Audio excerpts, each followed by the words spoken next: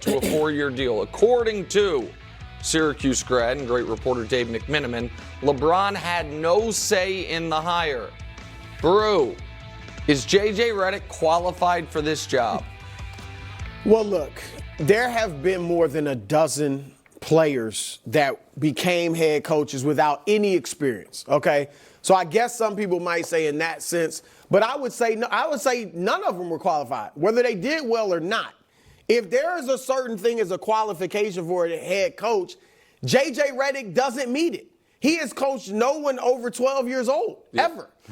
So how can you be, no one can say with a straight face that he's qualified, okay? Even if you look at the players that went to become head coaches, because who was successful? And I know there's a number, Mark Jackson, I thought had success, but I'm going to talk about success relative to what does J.J. Redick have to do to be viewed as successful? Yeah.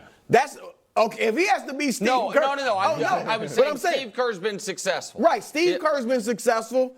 Doc Rivers won a championship. But not with the team that hired him. Not with the team that hired him. Yep. But Larry Bird was successful. Yep. Got to the finals. And Jay Kidd, not with the team that hired him. That's the other key. But he's been to the finals. So let me jump in on that point. So you're saying Kerr's the only one? Well, I'm going to show it to you. So since Bird, there have been 9. It'll be easier for the audience to see than you guys, but I'll explain what that says.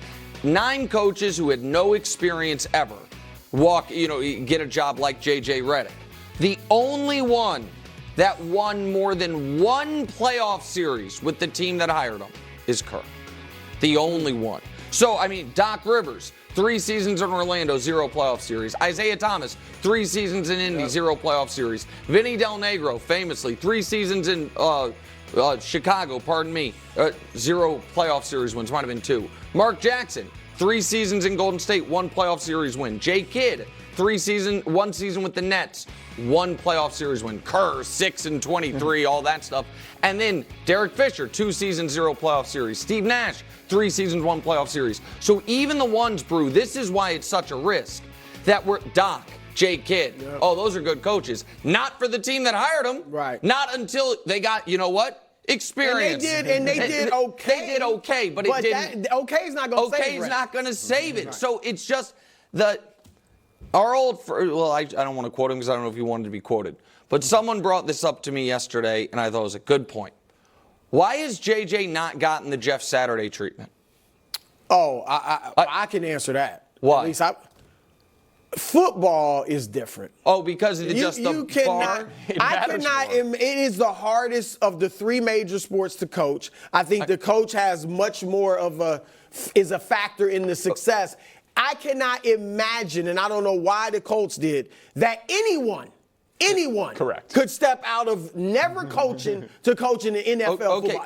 Basketball, it can be done. So that's why he didn't get the full Jeff Saturday treatment. I guess the reason it piqued my interest was the Jeff Saturday thing was a sign of a totally dysfunctional organization, owner. It was a punchline, right? And the JJ thing is he's going to walk in as an above average coach as far as pay.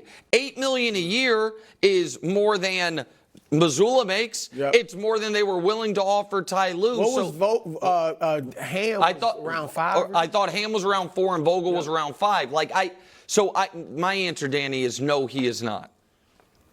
So the reporting on this, for me, and I trust the reporters. Yeah. I know some of them. Yeah. Some of it's been weird. Some of it's been pretty straightforward. It is beginning to strain the limits of logic for me to say that LeBron sat back and had no word, no influence.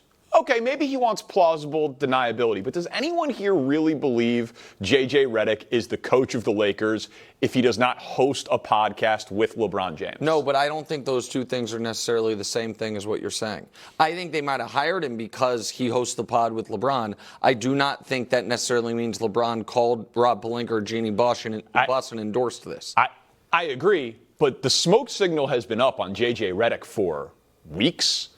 I mean, we know that Coach K is advising Rob Pelinka on this. We know that LeBron has a relationship with Coach K.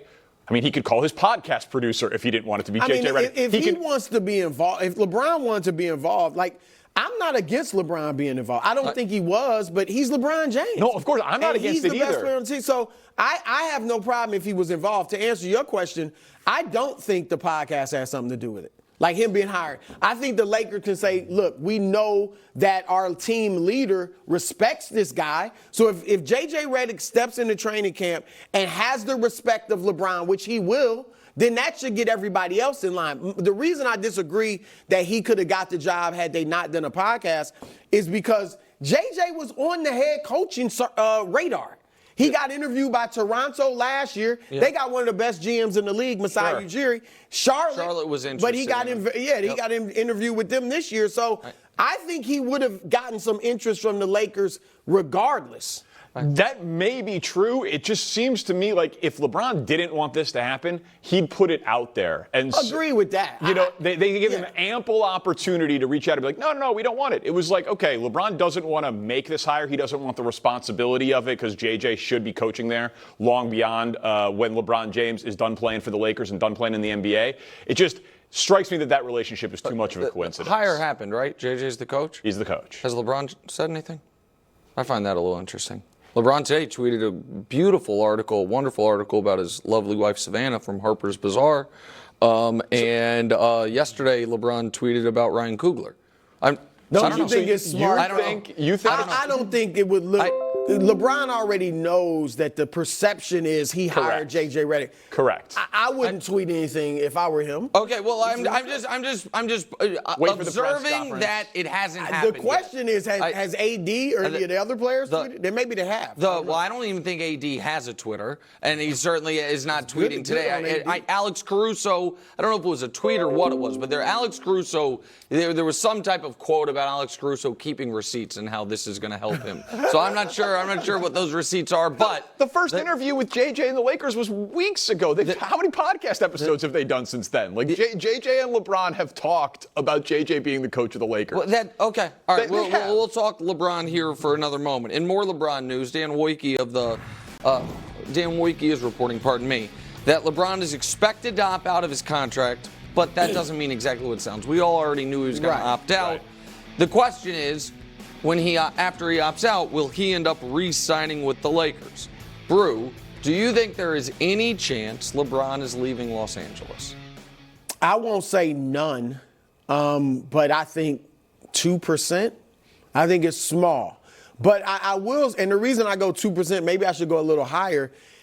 And LeBron, I covered a lot of his free agencies. Mm-hmm. He always plays it close to the vest. Yeah. All right, so no matter what, and that's why, like when Cleveland, and that was his first one, or first one when he left, he did not. They weren't sure. Does LeBron still want Mike Brown? Does he want Mike Brown fired? They got no word from LeBron. All right, he just stayed out of it, and I think that's what he did with this. But he is like even when he's texting with Dan Hurley, he's saying if I'm there. So that makes you think, are the wheels turning in his head? And I'll say this, we know he's not going to Phoenix. Rich Paul is on the record. He's not going to Phoenix for the minimum. Yeah. Probably not going anywhere for the minimum. Well, right. And that takes out almost all the contenders, almost all of them. All right. You got Philly, which has the cap room, makes great sense basketball-wise. Yeah. All right. But I don't see that necessarily happening. Then I'm going to throw out a few other teams. Miami, I don't think they have the trade. They'd have to make a trade. Yeah. I don't think they have the pieces. All right. Because they'd have to give up a lot of their pieces that LeBron would want to play with. Cleveland has the pieces.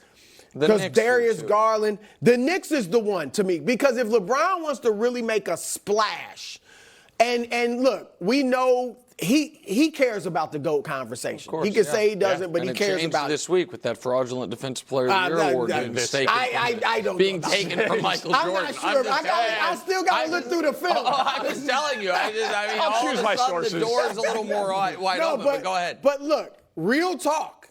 LeBron's, now forget all, some players were with Derek Jeter, with one team their whole career, Kobe Bryant. That ain't Bron. That's not Bron. He's been around. Lean into it if you want. And if he went to New York, You lead if you won a championship there, 4 championships for 4 different teams. Yeah. And you went all of a sudden, if you lead New York to the first title in 50 some odd years, you got the New York media on your side in the GOAT debate. Absolutely. And so if he wants to do this, and there are trades that make sense for the Lakers. Right. So there's Julius Randle and whoever, there's Josh trades Hart, that Bogan. and the